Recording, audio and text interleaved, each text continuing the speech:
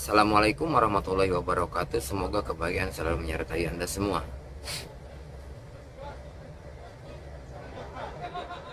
Bohong. Pada prinsipnya, bohong adalah perbuatan yang dilarang. Bahkan, semua agama tidak ada ajaran di dalamnya untuk membolehkan berbuat bohong. Kalau kita bagi, bohong dibagi menjadi dua kategori.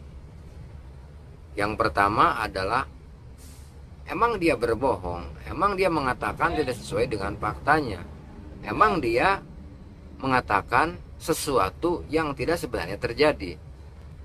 Akan tetapi karena dia melakukan hal tersebut, yang pertama untuk menyelamatkan seseorang, yang kedua untuk membahagiakan seseorang, yang ketiga untuk mendamaikan seseorang.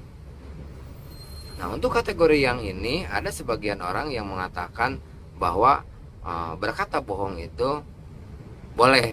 Bagaimana contohnya berbohong untuk menyelamatkan nyawa seseorang? Contohnya ketika ada seseorang yang sedang misalkan dikejar-kejar karena ada seseorang yang ingin membunuh jiwanya untuk mencelakainya, padahal kita tahu orang tersebut, orang yang dia cari itu lewat di depan kita atau kita mengetahui, tetapi karena orang tersebut, orang yang tersebut akan membahayakan jiwa yang orang yang tadi, akan membunuhnya, akan mencelakainya, maka untuk menyelamatkan nyawanya kita mengatakan kepada orang yang mencarinya tersebut bahwa kita tidak melihatnya, bahwa kita tidak mengetahuinya.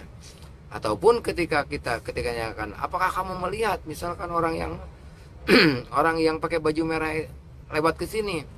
Padahal yang sebenarnya orang tersebut lari ke arah utara, tapi kita katakan kepada dia lari ke sebelah selatan. Kemudian untuk membahagiakan seseorang, contohnya ketika istri kita memasak suatu masakan, terus menyuruh kita untuk mencicipinya, untuk menikmatinya, dan ternyata rasa masakannya itu adalah keasinan atau kemanisan atau nggak ada rasanya, bisa aja kita mengatakan, wah asin banget, manis banget, nggak ada rasanya. Tapi yang kita pikirkan adalah bagaimana perasaan si istri setelah dia memasak selama berjam-jam karena ingin membahagiakan kita. Kemudian selesai kita mengatakan hal demikian, pastinya istri kita itu akan merasa kecewa. Istri kita itu akan nggak semangat lagi untuk memasak. Bahkan untuk kedepannya lagi dia nggak mau memasak lagi. Nah, karena kita ingin membahagiakannya, walaupun kita tahu bahwa masakannya itu asin, bahwa masakannya itu manis, bahwa masih nggak ada rasanya, tapi kita mengatakan kepada dia, enak, masakan kamu enak. Tapi untuk ke depan, kalau masak sop seperti ini, tambahin lagi garamnya atau kurangin lagi garamnya. Tapi ini enak banget, saya suka banget gitu kan. Adapun misalkan kita tidak bisa memakannya lebih banyak, kita bisa berkata lain, apapun masih kenyang, apa nggak enak badan. Yang penting jangan sampai menyakiti hati istri kita. Yang ketiga, berbohong untuk mendamaikan kedua belah pihak yang sedang berselisih. Misalkan kedua orang berselisih antara si A dan si B. Kepada si A kita mengatakan bahwasanya si B menyesali apa yang telah dia lakukan dan dia ingin meminta maaf kepada dia. Kepada si B juga dia mengatakan bahwasanya si A minta maaf, menyesali apa yang dia lakukan dan ingin bertemu untuk baikan. Padahal si B nggak mengatakan apa-apa. Padahal si A juga nggak mengatakan apa-apa. Tapi karena niat kita untuk mendamaikan kedua belah pihak yang sedang berselisih, yang sedang bertengkar, nggak ada salahnya kalau kita mengatakan demikian.